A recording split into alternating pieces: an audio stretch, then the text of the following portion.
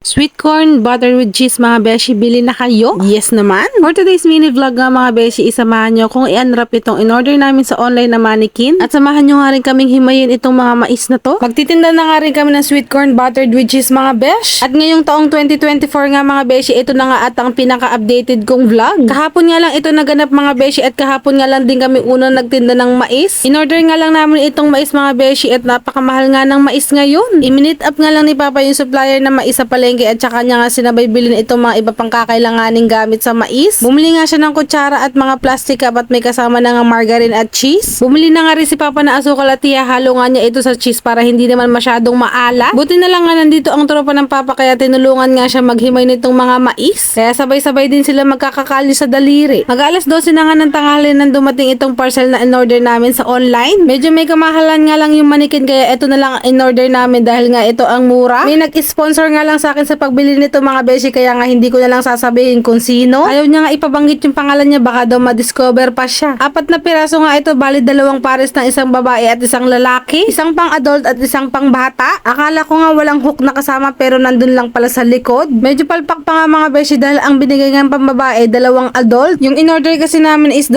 adult at 2 pambata. Anyway hinayaan ko na nga lang pagkatapos nga ay ilagay ko na nga isa-isa yung bolt sa mannequin mga beshi para nga ma-display ko na. Natapos na ako mag-unwrap at ilagay itong mga damit sa mannequin abay hindi pa rin sila tapos maghimay ng mais. Hindi ko nga araw-araw itong dadalhin dito mga beshi dahil pang live selling ko nga ito. Anyway shout out nga pala kay Totoy. At ayan nga sinabit ko na dyan sa tent mga beshi at gumanda-ganda nga tingnan yung damit dahil nga naka-mannequin. Anyway pagkatapos ko nga dyan sabi ko nga kay Papa wag na nilang himayin lahat ng mais. Sayang naman kasi kung hindi nga maibebenta lahat. Mag-aalauna na nga ng hapon mga beshi at ayan nga ang kuya kan nagme-merienda na. Hindi pa nga kami nakakarami ng pinagbentahan abay siya nakakarami na rin. Maya-maya naman ang baby Kenzo nga biglang na nahimik. Pagka nga ganyan na itsura niya ay nag-oorasyon na siya para lumabas ang mga masasamang loob. Anyway, the following day nga mga beshi, linggo nga ngayon. Kahapon nga ay may mga nakapo na nga bakit nga daw ang itim ng kaserola kung gamit-gamit. Hindi ko nga alam sa kalan namin mga beshi bakit dilaw ang winubugang apoy. Charan, ito na nga yung resulta ng pagkukuskus ko mga beshi. Hindi na nga matatanggal yung itim sa putan niya mga beshi kaya yan na nga lang ang kinaya. May mga nagsasabi nga na bakit yan daw ang ginamit namin kaserola. At yung iba naman ay sinasabi dapat daw yung kita ang loob.